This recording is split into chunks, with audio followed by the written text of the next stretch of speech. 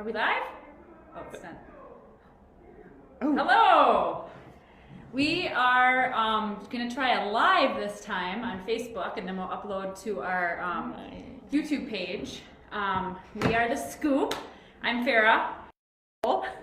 Welcome to our second episode on ABA and burnout. So we want to do this just because this is such a, how do we describe this? It's such a big... It's a big topic. Big topic. It's important. It's something that everyone goes through at some point in their life. And we just think it's super important because the field does have such a, high capacity, I don't know if that's the right word, but it's common in education and ABA and research and things like that just because of what we do. So we think it's really important topic based off of some of the information we've gathered and people we've talked to, professionals we've talked to in the fields. So some of this will be some things, opinion, and some of it, that we've picked up through the field and, through our own experiences. And then some will be very research-based. Most of it will be research-based, but some of it will be just some of our experiences. So, does that sound good? Yeah. Okay, you're already... I'm already off camera. I know. It's just like one of those things for me. I can't It just makes me laugh because you're like, I'm here. That's just gonna be like my what Your do they call thing? it? Yeah, like my trait or something. It's Nicole there. All right, cool. All right, so we're gonna just I think our thing, what we want to keep trying to do is just be real and just be relaxed. Please give us, comments or any information that you want us to do in the future. I can't say that enough because we want to be able to help in Sonnenberg, and then obviously outside of the field, just bring some awareness to all of this. So anyway, I'll start and then I'll kind of hand it over when you feel like you're good to go with jumping in with some of the research that you found. Mm-hmm. So one of the things, I had some meetings in the last couple of months with one of our mentors, and some of the things that we really discussed, I don't know where she got all of her research from, but some of our discussions and things that I think are through some of the experiences that she has had and just in some of her studies, is that we put kind of a Band-Aid on burnout and how not to burn out. And so we were really interested, Nicole and I were really interested in kind of doing a little bit more research on that and finding out if that was kind of true. If burnout, we talk a lot about self-care, and I think that's the biggest thing that you hear over and over again is self-care. And yes, that's true, but that's very, that's immediate reinforcement, and that's just kind of to take care of me that day or that week, and it's not sustainable. So I think that was one of the things that I really learned in some of my discussions over time with some of our mentors, and then some of the research that when we were looking through that actually was confirmed and researched, and that very much is something just for the now. Like, it'll make you feel better to go get your hair done. It'll make you feel better to get a pedicure or to whatever it may be. But to have it really sustainable is something that's long term, which of course goes back to everything that we know. We know that there's some things that you can take care of that's going to help immediately, but that's not really what we want long term. So, excuse me. So one of the things that I started to look into was OBM, which is your organizational behavior management. So basically what that is, and I am not an expert in this by any means, this is stuff that I've talked to people, that I've read, stuff that we've kind of looked into that's collaborated. We're seeing the same theme, I would say, throughout the research that we're doing, is that, to apply the systems that we apply in ABA. So we talked about that in our first episode, what ABA is, Applied Behavior Analysis, and kind of that's what we do. We work with our learners and our clients and the kids, adults, and how that looks. So it's systematically and it's reinforcing, it's prompting, reinforcing, what motivates, those kind of things. So it's the same with our staff. It's the same with each other, except a lot of companies, and I think I can really say this is a newer thing, besides the ABA that was started way back in the 60s and things, that people are just applying, and they kind of go back to the original of what HR kind of has been started. Human resources, even the name of human resources is changing.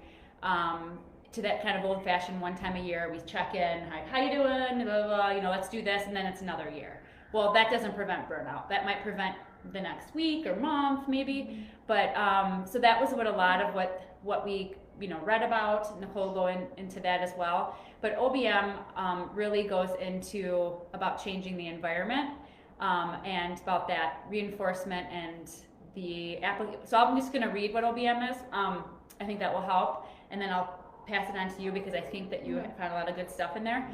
But it is the study and application of ABA in organizations that focus on assessing changing work environments to improve. So what I kind of just said, you're changing the environment just like we do with the kids.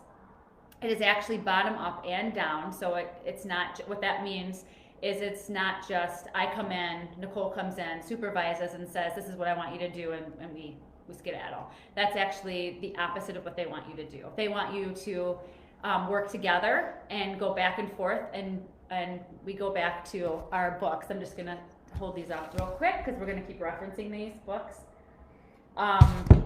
Is we talk a lot about observation versus evaluation, and that's kind of how I looked at it. Is you're going to be observing and actually getting data. You're going to be, it's not going to be an evaluation, which is what we're told to do, we're told to do, we're told to do. We want to actually get data on what's happening, what's occurring. So that's what OBM is, and I'll kind of hand it over to you, Nicole, with the research that you found, because I think it really supports some more stuff that I can kind of interject and kind of, but I think it'd be great to kind of hear about what you found. Yeah, and I think just real quick, going back to like the observation versus evaluation, is that oftentimes when you are evaluating someone's performance, you're doing that in a Likert scale of like 1, 2, 3. You either are great, medium, or needs improvement kind of piece. I mean, you're even graded like that in school. And so with that, it is very subjective. So if you don't have the observation piece within there, and that's where it becomes a little tricky, and what are you actually evaluating. However, in the research, there are also a lot of different ways that the researchers are measuring burnout and tying burnout to different areas. So one thing that I was looking at is, and I'm gonna try not to butcher authors' names here. But one of them was looking at personality traits as it tied to burnout in ABA and with ABA therapists. And this was by Hurt, Christ, Molaski, and McCord in 2013. So they looked at other people's personality traits. You can take like personality assessments and things like that. So they looked at, okay, well, what types of people maybe show the most burnout or have the most burnout, and kind of correlated that with how to help in those areas. Because ultimately, when we all know there's a lot of burnout in this field, and ultimately that affects the clients more than anything. And so a lot of people are looking at that and trying to address that in research, because it is so important that we kind of address this so that we can continue to service our clientele. They found a personality trait that really links to a lot of like mental health. So people that experience more like mental health pieces, and they kind of gauge this based off of many different surveys that I won't go into, have an increased like burnout rate. And so they kind of concluded that there's other ones as well, but that was the one that was most like correlated to burnout in individuals, I guess. Did it say anything about those individuals, more of those individuals being attracted to the field too, because of the help kind of factor and the, yeah, you know what I mean? Yeah, and they have a lot of like, and you can have different personality traits. Like they talked about like neuroticism is the one that was like the highest, and they gave like characteristics of that, like subcategories of that, and it did link to like people that might experience like depression or have some of those areas. And then they also did like, they looked at openness, job satisfaction, agreeableness, conscientiousness. Those are the subcategories? Yeah, so they Okay. kind of looked at all of these like subcategories, and they also concluded that like your job satisfaction goes down or decreases, like your job performance, as burnout happens. And they also stated at the beginning that burnout is something that's unavoidable because you don't find out that someone is burnt out until they're burnt out. So they were looking at personality, because if they did these personality assessments, maybe they can conclude that these people are more like at a risk for burnout, so that maybe they could like catch it in time, but you don't know a person's burnt out until they're burnt out. Right. So that was kind of this study. It's kind of interesting. There are some of the studies they do that I'm not familiar with, or assessments that they did that I don't know about, which was also interesting. I also have a study by Gibson, Gray, and Hastings, and they looked at supervision support. So they looked at more of like what type of supervisor do individuals have that might limit ABA therapists from experiencing burnout. Oh. And they did this with ABA in schools as well. Okay. And what they concluded is that if you have a supervisor who displays empathy, who is personable, who gives reinforcement, that they are more likely to maintain their staff and limit that burnout, which makes sense. Well, that's interesting too, and I think I like how it's all of the studies that we've been looking at kind of all correlate, because I can piggyback off of that with the OBM stuff that we were looking at, with what you were saying with empathy and that personality. Is one of the studies that we were looking at, and to be honest with you, we got this from a YouTube podcast, and I will find out what that is and I'll post it on there, so we have that for you guys, because it was on one of our CEU sites that we go and we look at for information. But they referenced Partington, Pamela and Trevor Stokes, and the scooping performance, and that directly correlates to what you're saying, because it's all based on that social. So and having more of a reinforcement schedule, and being able to measure that, and making an operational definition and saying exactly what you're looking for, and that again, this bottom up, top down, that it goes back and forth. So if Nicole comes in and is supervising me, I also go back and do the same. They call it scooping, which I'll tell you what that is in a second. I also do it back, and then she does it back to me. So it's this back and forth, that nobody's higher or lower than the other, and it ties into the way that you're getting that information, because it's observation. It's not about, I'm going to evaluate you in a way that's going to demean you, or this is what you need to do. They want to stay away from that. So it's strictly data. So SCOOP stands for Systematic Carousel of Operations of Performance.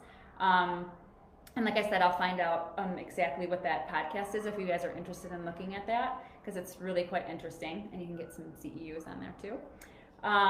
But you do time samples, so it's just you label that what you're looking for, so that definition, and then you're going into sessions, and they go through kind of that whole percentage of 4-to-1 ratio, that this is what you're going to do every minute, and then you evaluate, you go through just what we do with the clients in ABA. It's the exact same thing, and it's just data. So the next time that you come in, the same thing occurs, and you want to see that increase or decrease depending on what you're looking for. Their specific thing that they talked about was giving compliments or giving, I'm trying to see the exact thing, it's feedback, and how you praise somebody, general praises or specific praises. And you can do that with the clients and things like that. So anybody that's not in ABA, this might be a little bit confusing, but it basically is just making sure that you're giving the feedback and you have access to that reinforcement throughout. So it's being empathetic, it's giving this looks great, those kind of things. And again, it can be general or very specific. You make that kind of call. But I thought that was very interesting because there's all data on that. And we can do the same thing that we do with our kiddos or our adults or whoever the population that we're working with. We do the same thing. So I think that was really great. They talked about, when I was talking about the HR kind of thing, with the yearly, they're saying that is so counterproductive and so counterintuitive to what we want to do in the field. You need to be doing daily, weekly, monthly, as they call scooping, or just this back and forth interaction to make sure that they're getting that, so we avoid burnout. You have somebody come in and they say, and they're empathetic, mm-hmm. and all the things that you were just describing, and you have that back and forth interaction and you feel good. The data actually went up, they took as well, it went up to them asking for more. And saying, please come in, I want you to see this, blah, blah, blah, and can you scoop me today, they would say. So I thought that was really cool because, you don't want your staff to be running away from you or saying, like, I'm sick today because I don't want, that something's not quite right. So you do want that back and forth, and that it should be fun, and that avoids burnout too. So they talk a lot about that and the data with that. So yeah, daily, weekly, monthly, not the just once a year. Boundaries, it's another big one, is mm-hmm. that you feel comfortable enough to talk to your supervisor and your other staff and your techs to say, I can't do that right now. I don't have enough, time or whatever. It's just not, and setting those boundaries in a very healthy way, because that sets you up for long term too and avoids burnout. So that was another big thing that they talked about. Yeah. I mean, let's go back to self-care really quick, because everyone not everyone, I just think that in society we say, like, okay, self-care. We say that a lot. And to that means that, like you were saying earlier, that means that you get your hair done, or that you go and exercise, and that you do like some sort of activity. So I have some research that kind of like outlines that, and I think that people are like maybe getting some of them confused, because this article really like outlines like what is self-care, what's professional support look like, what's professional development look like, life balance, daily balance, cognitive awareness. So it kind of goes through like all of these categories that in life and in your work experiences could or could not be there. So when I was reading Life Balance, it says that life balance emphasizes the importance of having identity outside of one's work and engaging in enjoyable activities, which sounds to me what a lot of people might like describe as self-care. That's true. Whereas self-care, it talks about one's health and well-being, and promotes effective and appropriate use of self in the professional role within the context of sustaining holistic health and well-being. And this is all from Solwick and D. Longchamp, so they did an article on this. So I see that after reading this, there might be a little bit of this like mix up. Well, do you think life balance is also boundaries too, in some aspects? Yeah, because you're kind of setting up your own outside life because they mm-hmm. can mush together if you let them. Mm-hmm. So I think that also could be added, and kind of is a running theme, is this boundaries, and and I think it's fine, all the things that you mentioned. I think this is more of my opinion now. but it's not about like, oh, I'm going to go out and do my hair once to make myself feel better. It's about this placement and this systematic, this access to reinforcements as we go along. So exercise would be continual. It doesn't feel good if you go for a week or two or a month and then you're done. Right. You know, it's kind of like that continual balance, right? Yeah. And I think balance might be even, because they even have on here daily balance. So it talks about strategies that consist of like small actions, like taking breaks throughout the workday, avoiding like overcommitting to work responsibilities, which also can be tied to some of our integrity pieces that we talk about. All of it kind of intertwines. For sure. And so boundaries is huge.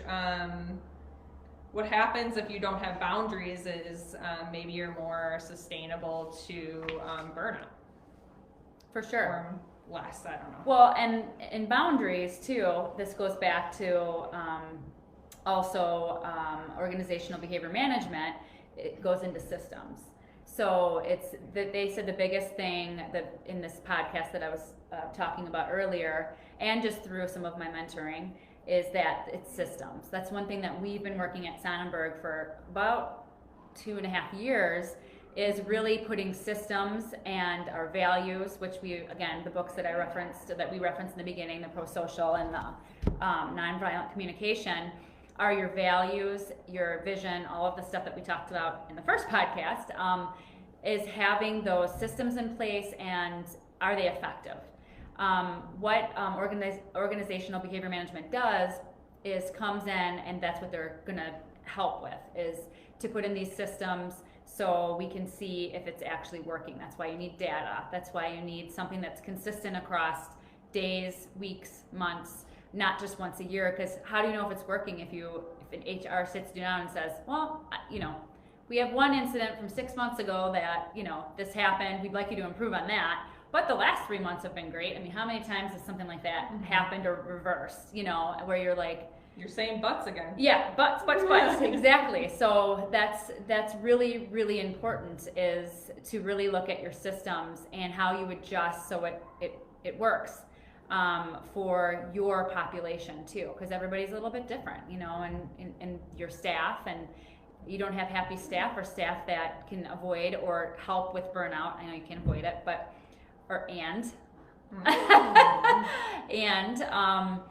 that's how you adjust. And I think that's one thing that we're really good at, is looking at what's working, what's not working, and it's okay to say, I don't even know, like where do we start? How do we start with this? Well, let's start by observing. Let's start by getting a baseline. Let's start by seeing where we're at, and then taking consistent data. So some of the things that I thought would be really good for even business owners or other people that are in the fields is that one thing that we've really worked on in the last year is really working on this organizational behavior management without even realizing that we're working on it to quite the capacity that we are. So really taking pay for people, that doing it on incentive based, doing it on, this is what you can do, and this is the outcome of what you did, and so this is how you get paid. This is your access to your performance. So that's a really big thing that OBM really talks about, is having it just like we do with our clients, is having incentive based. That's a really big thing. It's just doing it the correct way. And a lot of times you have to kind of find out what works for you and each person. So that's really important, is to keep chugging away on that and really making sure that you've got that right. But that's like one of the number one things that they talk about. And not doing yearly HR check-ins, that it should be daily.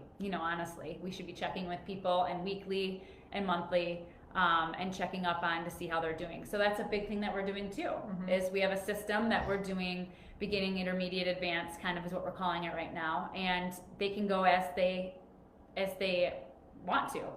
And so we're doing a system like that, so they have daily and weekly access to getting raises, or getting information, or getting research articles, support, reaching out, CEUs, all different things, so we can advance in the fields. Our policies, if they have a question, they can go back online and pull that up and get credit for that.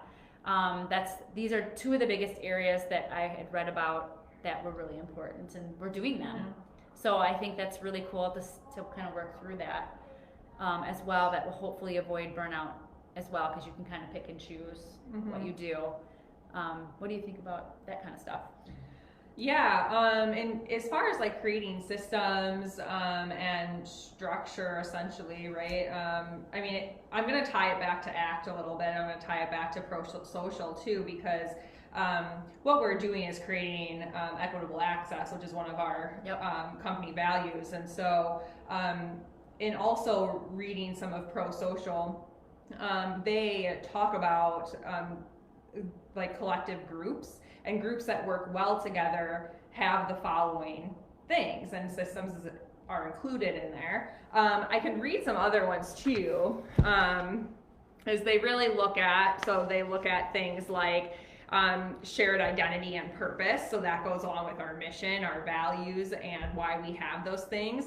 Equitable distribution of benefits, contributions, collective relations with other groups, authority to self-govern, fast and fair conflict, responding to helpful and unhelpful behavior, monitoring agreed behaviors. So all of this also ties back into how to incorporate like collaborative groups, and what it looks like to have integrity based off of what group you are associating with or a part of. Okay. Now, with integrity, if I'm a part of a group and I'm not aligning with their core values and their beliefs and their systems, then I might have some integrity to restore. Okay. And by saying that, it also kind of goes into the thing where systems are not created as individual. The feedback's individual, the reinforcement tied to it is individual, but the system itself is for the collective group. So the group as a whole has these systems in Which place. is done by collecting data. Right. And so you can create those systems. So one of the big things I have in my notes over and over again is, do you trust your supervisors? Do you like or trust the people that you work with? That is an opinion, but it's based off of how you feel when it goes back to those. Do you feel heard? Do you feel like you have a voice? Those kind of things. Those how the systems are made. Right. Is based off of that feedback and the individuals as far as that, but then collectively putting that system is so you have equitable access, like you said, and all of the values that we have. I also feel, this is an opinion, but I think I can support this pretty heavily, is that changes. Sometimes, like we changed equitable access because it just didn't quite hit what we were trying to do. So it's okay to say like what's not working. And again, you go back, you look at the data, you look at something's not right, because we keep getting this feedback over and over again, and then we have turnover because of this feedback, for example. So I think that's why data is so important, and to have that consistent data as you go along. So your data didn't change, so it adjusted everything else. It's been consistent. So that's one thing that we're really talking a lot about, is having the right data. Yeah, and within a system, what's the pinpointing? Because if you have a whole system and you're taking data, I would want to know, like, sometimes it's not the whole system. Sometimes it's a piece of that system that is out of alignment. And so with data, we can determine and pinpoint that maybe behavior that is out of alignment. For sure. Yeah, it's super interesting. And it's interesting that people will see it a little bit differently too, based off of the information that they have. So I keep looking at my notes here, and I'm reading like mind dump, communication, back and forth, those kind of things. That's why the top to bottom and bottom to top are so important, because you want that information. You want people to open up and talk and feel heard. I think I hear that all the time. It's like, I don't feel heard, or you're not And- listening, or however it is that you want to put it. Well, and what is if I say I'm not heard, that's going to mean something different to me as an individual than it might mean to you when you say that. So it goes back to the observation as well. So Good point. I feel not heard, but what does that look like, and what behaviors led up to me not feeling heard? Yeah, that makes sense. That's a good point, because a lot of times what we've seen when we sit somebody down and we kind of go through what's going on, and we're not really surprised anymore that originally what was said is actually not at all why they're not feeling heard or why they're upset or whatever feeling that they're telling us. It actually was something much different. There was something underlying, and I would think the majority of the time it usually is something underlying, and that it came out at this surface problem or whatever was occurring. So it's very interesting to keep really getting to what really is maintaining that behavior that they're feeling or whatever. So I think that's very good to talk about that. And feelings are hard. A lot of times my feelings come out as thoughts and not feelings.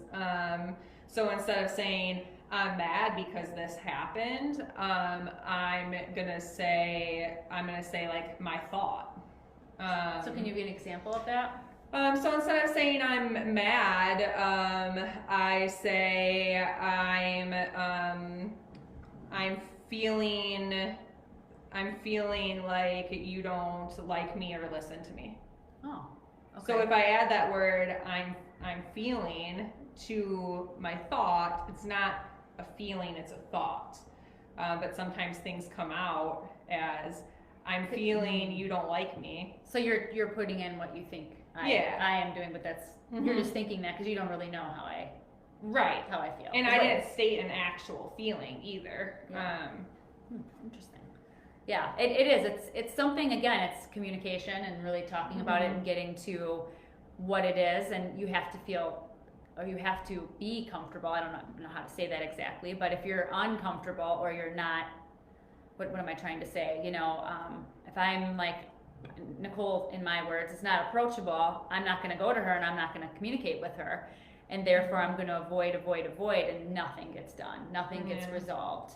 And Nicole might see, oh, Farrah's, what's going on? Like, she can observe me, so that she might reach out, or what have you, which is why observation is so important, to not go take it off of somebody else's word, because that's common too in the workplace, is I saw this, or I think so and so feels like this, when that's not at all how it is, by giving their opinion. So again, back to observation, consistency with that.